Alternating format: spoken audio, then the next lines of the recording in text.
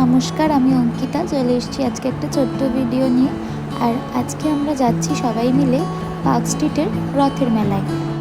তো এই যে আমার দাদা, মা আর এই যে বোনেরা, বোনের বন্ধু, আর আগে যাচ্ছে মামি, ছোট মামি। তো আমরা এই কজন মিলে এসেছিলাম এই মেলাটায়।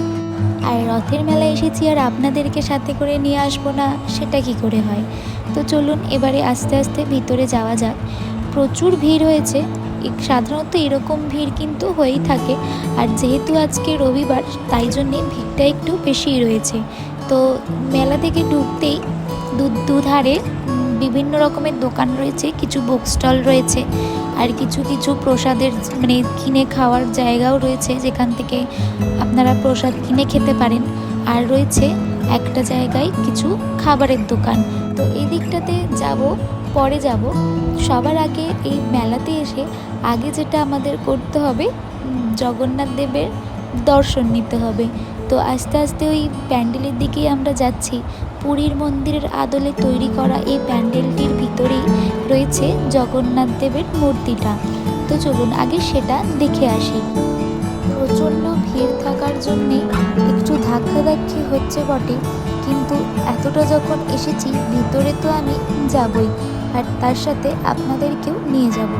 তো পিছনের লাইন থেকেই আমি একটুখানি জুম করে দেখানোর চেষ্টা করছিলাম, আর নিজেও দেখার চেষ্টা করছিলাম, আর বেশি দেরি সইতে পারছিলাম না।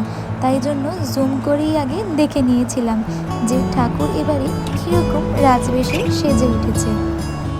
রথের দিন থেকে শুরু করে উল্টো রথ পর্যন্ত জগন্নাথ দেব, বলরাম আর সুভদ্রার এই তিনজনের মূর্তি এখানে থাকে। আর এই কদিন নিত্য পুজোও কিন্তু এখানে করা হয়।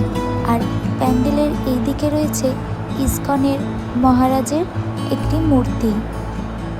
তো চলুন, ঠাকুর দর্শন তো হলো। তো বাইরে বেরিয়ে এই তিনটি রথ, জগন্নাথ দেব, বলরাম ও সুভদ্রার এই রথ দর্শন করার পরেও চলে এসেছিলাম একটু ভোগ খেতে।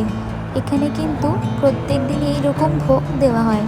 তো ভোগ খাওয়ার পরে আমরা এই বুক স্টলটার ভিতরে চলে এসেছিলাম।